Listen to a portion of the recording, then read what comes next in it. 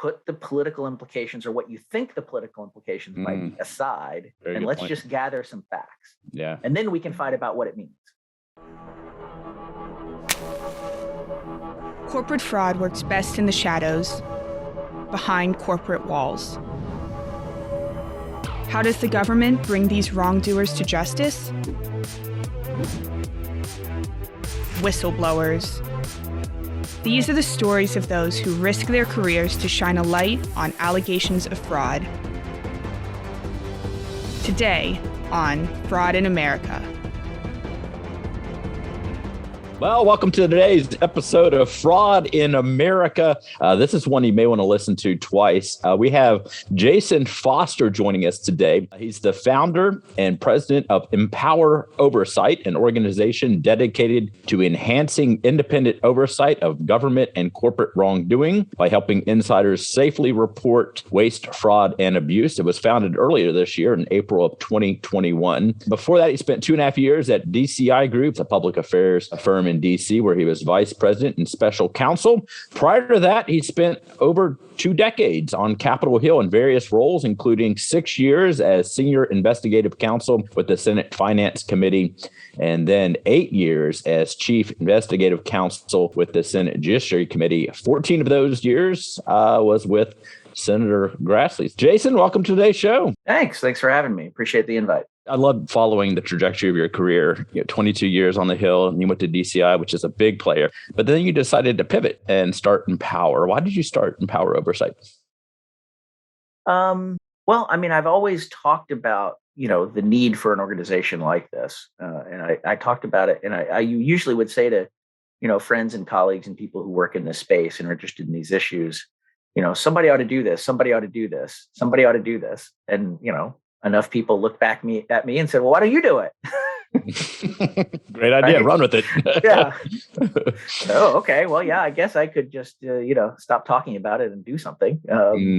So it's the old, if not you, then who? If not now, then when, right? Right. It starts playing in your head. We spent a lot of time on this show talking to False Claims Act whistleblowers, SEC whistleblowers. We haven't spent a lot of time looking into the role that Congress plays in its oversight and investigating wrongdoing, and the role that Congress plays in listening to potential whistleblowers. I was really interested in the expanded name of Empower Oversight, Whistleblower and Research. Mm-hmm. So what does Empower do? Well, just as you just described from our statement there, we want to be a resource for people who want to make disclosures, whether to the IG or to obviously the Hill. With my background there, we'll be able to be an organization that we can go in and help people get their stories heard in a way where we sort of, we've done some of the vetting beforehand, right? And we've gone through and we've helped separate the wheat from the chaff, and we help someone put their best foot forward in terms of making a disclosure that's going to get attention, that's going to be actionable, that's going to make a difference. As I was going through your website and preparing for today's conversation, the word transparency came to mind. Can you talk a little bit about why that's so important, this transparency element of what you do? Oh, yeah, absolutely. We're doing a lot of FOIA work, and we're also, we're doing that within the IG community as well. We're doing a lot of FOIAs of IGs because IGs, need to be accountable and transparent as well. And transparency equals accountability. When you get down to trying to legislate and address a problem that has to do with fraud, waste, and abuse, it's really hard to write rules that everybody is going to follow and going to follow faithfully and in good faith. And his solution oftentimes was, well, let's just focus on transparency, because folks tend to do the right thing when they know that people are watching. And if they have access to information and they know they're not going to be able to hide in the shadows, then a lot of the other details take care of themselves. You can write something as big as the tax code, and there's always going to be people smart enough to figure out a loophole here or there, right? But wherever you can, if you can sort of impose in the system, sort of build in systematic transparency into all the issues that you're looking at. It certainly helps Congress do oversight. It helps the public understand what's going on, and it helps disincentivize, misbehavior and bad behavior. It's a fascinating time right now on so many fronts, right? We have in the last 10 to 15 years, the SEC, the IRS, the CFTC, the Department of Transportation, all these different agencies have kind of looked over at the Justice Department, what's happened with the False Claims Act, and said, you know what, we could probably benefit by having insiders stepping forward through whistleblower programs. What role has whistleblowers played on congressional investigations that you've been involved in? Oh, well, every congressional investigation I was involved in that was of any consequence was almost always guided by whistleblower disclosures. Sometimes that's public, sometimes it's not. Sometimes people just give you help behind the scenes, and they help you ask the right smart question. And there's just no comparison between that kind of a process where somebody on the Hill is guided by someone in the know versus sort of just, throwing stuff at the wall and seeing what sticks. So whistleblowers are invaluable. There's nothing better than having, someone who has lived the issue help you understand the nuances of it and understand what the perspective of the insiders is.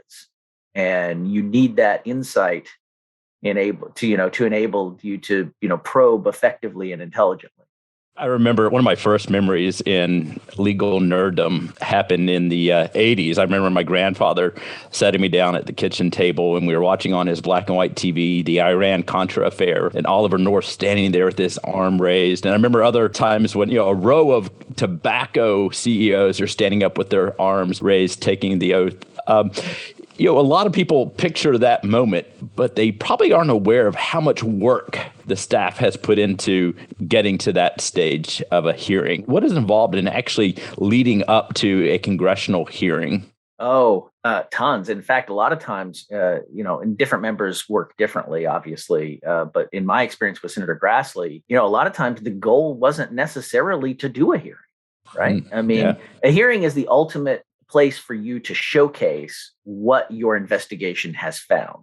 People make a mistake in approaching a hearing as something where you're going to get information. In fact, the Ollie North one is a perfect example, right?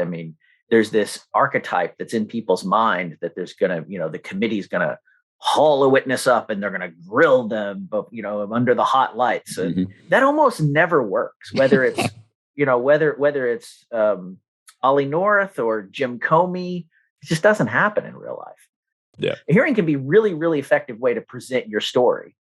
But the way you do it is not with one single hostile witness who you're going after. The way you do it is with a series of friendly witnesses, whistleblowers, independent experts like IGs who can validate, and sort of call balls and strikes between the people on both sides who have whatever their political agenda is. Every successful congressional hearing has victims, right, and villains, right. And if you don't, it doesn't work if you don't design it that way. So it's really effective at telling a story, right, because you can control who speaks and how, and in what order, and you've done the work beforehand to know what they're going to say. It doesn't work when, like I said, you just haul someone up and you're asking them questions for the first time that you don't know what they're going to say in answer to them. So it's not an effective tool at actually gathering information. But behind the scenes, the staff can do that work if you have staff deposition authority, or you just do the work with informal interviews like an investigative reporter would. It's a cross between sort of complex litigation and, investigative reporting. You sort of use a mixture of the tools of both of those disciplines. You're only limited by your imagination and sort of how you can, try to use the tools as a congressional staffer to gather information. You're so flexible because what you're looking at is always the gray areas, right? It's not like other kinds of proceedings where there's a rule or a law and you're looking for the elements of that crime or the elements of that tort or whatever. It's much more fluid and open process because you're just gathering information, to support your boss's constitutional function of potentially legislating on this issue. So almost everything is relevant and, how you define your scope of your own inquiry. So that's why it can be really effective at getting at sort of thorny, controversial issues that, you wouldn't really be able to explore in any kind of, quasi legal proceeding any other way. You mentioned the word story, and that's fascinating. One of the things that people struggle with is how to tell their story. I assume that's part of your role now, right? In trying to make sure that the story of whoever comes to you comes alive and inspires action. Yeah, absolutely. I mean, people who've lived it are incredibly valuable to understanding any particular instance of waste, fraud, or abuse because they've lived it. But they're also can be inside their own head and don't understand, what's going to motivate people to want to care about what I'm telling them. What they may think is the most important thing, they don't have the perspective to see that, maybe something else in their story is actually more important, is going to get someone's attention. They also don't understand how the agendas of the people they're talking to might affect what they're hearing, right? And how they might hear it. And you can tweak someone's disclosure in such a way that, it sort of has the maximum level of impact and credibility. And a lot of it's editing out, right? Just a lot of stuff that, they don't realize how limited people's time, especially on Capitol Hill, how limited people's time is. And you've got to give them a reason to care about it, from in the first 10 seconds, right? Or because they've got 1,000 things that are competing for their time. So what are they looking for? Wearing your old hat up on Capitol Hill, what are you looking for when it comes to a story or some kind of wrongdoing? Instantly, my first thing that I'm always looking for is, is it verifiable? Right? I mean, is the person telling me something they think, or are they telling me something that they know? And if they know it, can they prove it? Or can they give me a very reliable roadmap that suggests I have a high likelihood of being able to help them prove it? You don't have to have your case with a bow on it, but you've got to be somewhere down the road, or have have an outline that suggests that, okay, this is going to go somewhere. And it's not a science, it's an art. It takes judgment.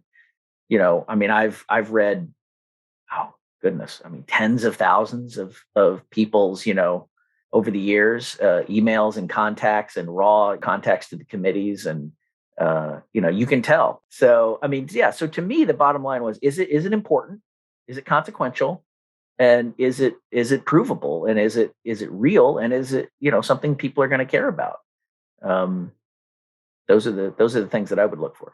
I know that you were involved in like Fast and Furious and the Steel Dossier and a bunch of other things. During your time on your Hill, is there a particular matter that really stands out in your mind as being really impactful? And I mean, that really is a lot of times legislation comes out of this, right? It opens the eyes of people on Capitol Hill that we need to fix the problem. Mm-hmm. Yeah, I mean, I would say with Senator Grassley in particular, during my years with him, I did oversight for other committees before that, before him on the House side. But with Senator Grassley, legislation wasn't always actually the end goal. Yeah. And if there was, it was legislation that was just focused on increasing transparency, something that could get a broad consensus of support. So, I mean, but Fast and Furious is a good example where people were bringing their policy assumptions and presumptions about what the facts might show and what it might mean for gun control, right? A big hot button controversial issue. And what I learned from Grassley was you can't focus on that. You've got to stick as close as you can to the facts. And that was an important and consequential matter because a Border Patrol agent died. And he died because of a failure of law enforcement to interdict guns that they had, that there were strategies that they could have used to interdict those guns before they were trafficked to Mexico.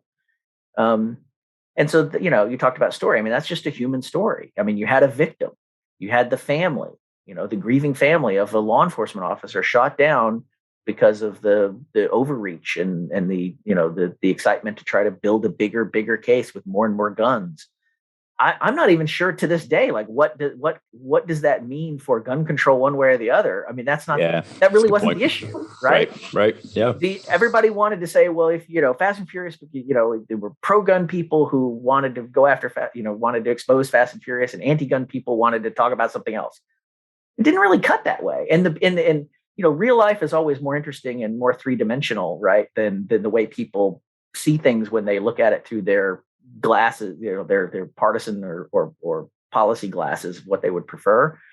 You had witnesses and key actors in that story on both sides of that, who, if you ask them, are they pro-gun control or anti-gun control? Like they were on, people on both sides of it were on both sides of that question, right?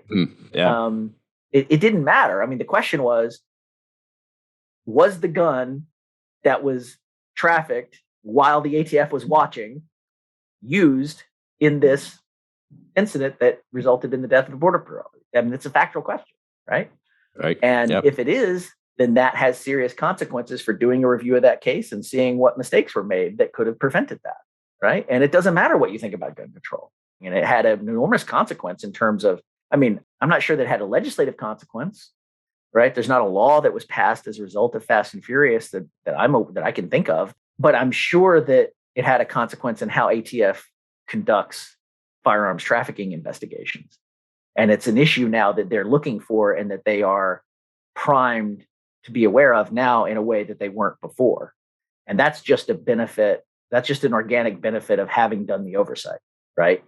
And, you had every person from our whistleblower, John Dodson, all the way up to the Attorney General, by the end of the scandal, all of them were reassigned or resigned or fired or, This is fascinating. We're a few weeks removed from the Facebook whistleblower and her testimony before Congress, which is fabulous. But interesting, this dance between the press, the media, and Congress. She decided to go to the press, and they ran an article which led to congressional hearings and investigations, which seems to be happening more and more often. We met with Patrick Radden Keefe recently. He's the author of Empire of Pain, and he talks about the lack of investigative reporters right now, that it's harder to find a true investigative reporter because they're chasing the headlines and they don't have the time and money and resources to do a deep dive. You seem to be filling that need over at Empower. Is that right? Well, that's certainly part of the goal. Yeah, absolutely. And I would hope that, more vigorous oversight from the Hill, would help fill that gap as well. There are, there's been huge changes in the media landscape, in the last 6 years, 10 years, 15 years. We've seen this sort of disintegration of the model of, selling yourself as objective and authoritative. I mean, almost no outlets sell themselves that way anymore, right? They all sell themselves to sad. The audience, right? They sell themselves to the audience that they are seeking to sort of perpetuate the outrage of their side and therefore get more viewers, more clicks, more whatever. And I mean, that has become the business model. And I don't know, it's technological change that's driven that. It's cultural change that's driven that. There isn't really a market for it. So unless there's, I don't know. I mean, unless there's nonprofits who step in and take on that role, in the media, whether it's media or type organizations or advocacy type organizations, that advocate for, objective, nonpartisan, fact finding. I don't know how it can change. We've been around, Taxpayers Against Fraud's been around a few weeks after the False Claims Act was revitalized in 1986. So we're coming up on 40-ish years. And we certainly view ourselves as nonpartisan. I notice you, in researching your organization, include that moniker on your website as well. Fraud against the government, fraud on the markets should be a nonpartisan issue, right? Yeah, absolutely. And that used to be sort of that was almost the cliche, right? Everybody's who's for fraud, waste, and abuse, right? Nobody. But it seems like increasingly during my time there, and I left in 2018. By the time I left, the stuff that we used to cooperate on, even if it didn't get a lot of attention, just sort of got eaten up by everything else. You have limited resources. So why are you going to do this thing that, even though, it's something we can all agree on and it's common sense and it's good and it has a positive effect? Yeah, but it really doesn't get my side all jazzed up, right? Because I'm not attacking the other side. So common sense ideas, simple, small common sense ideas they have no traction in Washington, right? I mean, that's the problem, right? Anything that everybody can agree on can't get enough attention to get done. It's sort of an ironic problem. Yeah. I see the report of the 9/11 Commission behind you. That's right. I mean, that's a prime example of the two sides coming together. Yeah, and one of the things that one of the things we've been doing at Empower Oversight is, we have a big COVID origins project. We did a crowdsourced COVID origins timeline. And, the question of whether it's a lab leak or not a lab leak, whether it could have or should have been prevented, to what extent did the government fund research that was too risky, maybe shouldn't be funded, all these questions, I don't see them as partisan questions at all. And one of the things we've advocated for, and we've sent a white paper up to the Hill, going through all the authorities that already exist that folks on the Hill could use or plus up, all the existing ways in which Congress could have a legitimate, objective, nonpartisan, serious look at the origins of COVID. I mean, millions of people have died, regardless of party. I don't understand why there should be any resistance to taking a deep, serious look at it, like a 9/11 Commission style effort. Whether Congress takes up the mantle and does a select committee, or uses some of the IG authorities that are already out there and the IG structures that are already out there and sort of add this mission to that. There's a ton of money that's already been allocated for, COVID related oversight. I don't understand why there isn't more of a nonpartisan, interest in just sort of like, gathering all the facts. But if people reflexively sort of view everything through a partisan lens, somehow it becomes, well, if you're interested in COVID origins, you have to be on one side or the other with regard to Fauci, or you have to be on one side or the other with regard to vaccine mandates or mask wearing, or what, and those are all symbols for other things, right? And it's like, well, how about we just find out, was it a lab leak or not? And should we be funding these kinds of gain of function, risky research, or should, how much are we actually funding? How much oversight was there of the U.S. taxpayer money that went to the Wuhan lab, right? Like, these are questions that, like, everybody can make their arguments after we gather the facts, but the U.S. government has a lot of information that it's not giving up. And actually, our first FOIA lawsuit is against the NIH for information about the deletion of COVID genetic data from an NIH-controlled database, at the request of Chinese researchers, right? Wow. And they're blowing us off and not responding to our FOIA. So we filed suit. Those are the kinds of things that absolutely, there should be more of a willingness for people to, work together across the aisle, put the political implications, or what you think the political implications might be, aside, and let's just gather some facts. Yeah. And then we can fight about what it means. Facts matter. Facts matter. Right. So what do you say to whistleblowers or potential whistleblowers? And I ask this question quite often, who are right now working at a company that's doing something wrong, and it really bothers them at a real moral level. What do you say to those people? Oh, goodness. I mean, well, those are the kinds of people that you want and you need to provide resources and help and guidance to, right? Mm-hmm. Take your time. Don't be rash about it. Make sure you understand the implications of what you're doing. Do it in a way that's smart, that protects yourself. And again, as I said from the beginning, that, in a way that's going to have an impact. So that's exactly why we need to help educate people about how to blow the whistle in the right way, and in a way that will, be the most effective. And, you can't give anyone a guarantee, and you got to be honest with people. I mean, I told John Dodson in the Fast and Furious thing, hey, look, I can't guarantee you that I can fix this, but I can guarantee you we'll work like the devil to try to find the facts and make sure that the facts are known. Mm-hmm. And that's all he wanted. And he was willing to risk his career to do that. And then, when we were sort of spinning our wheels and the Justice Department was lying to us about it, and, on paper to Senator Grassley in 2011, he went out and he went on TV and he went public, and he probably could have been fired for that, Yeah. But he was, at that point, he was like, well, okay, it's more important to me. He was willing to take that hit. When you're talking about law enforcement whistleblowers and intelligence community whistleblowers, it's an even dicier situation. But, fortunately, because of the level of intense public interest, it's the transparency point again. Everyone was watching. Right. There was no rule. They probably could have done more to him at the ATF than they did. He still actually works there, right? Does he really? Wow. Yes, he still does after all these years. They probably could have done more to him than they did, but transparency had its effect. Yeah. they pulled back because they knew how bad it would look if they did come after him. The whole world's watching. Yep. Yeah. Mm-hmm. Prior to me coming back to Taft, this is my most recent tenure. I was in private practice for 10 years and spent a lot of time talking to potential whistleblowers that didn't quite fit the False Claims Act or the SEC or the IRS or CFTC, all these different programs. There's still a lot of areas that aren't covered by these different whistleblower statutes. And for some of those people, going to Congress or going to the press or maybe contacting you first to try to understand if that's the right avenue seems to be the right call to make, right? Yeah, I mean, there's a lot of gray area and a lot of things that fall in between the cracks, and they're neither fish nor fowl. Right. It's really challenging. It's one of the things that makes this work interesting. One of the reasons I wanted to do this, right?